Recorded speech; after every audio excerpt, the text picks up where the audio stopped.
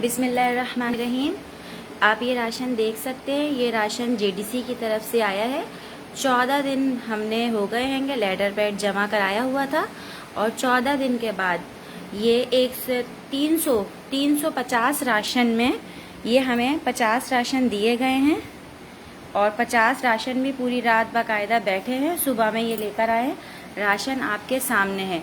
बखुदा आप लोग खुद बताइए कि ये राशन कितने दिन एक फैमिली में चलेगा? 3 से 4 दिन।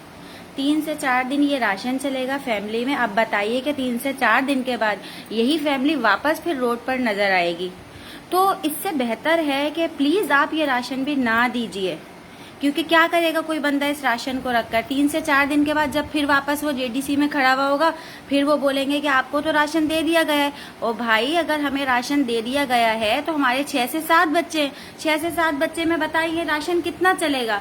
तो यार इस तरह से किसी को परेशान ना कीजिए। अगर राशन देना है तो इतना तो दें कि कम से कम 15 दिन कोई अपने घर में बैठ के खा ले। इस राशन को देने का मकसद क्या? इंसानियत का मजाक उड़ा रहे हैं आप?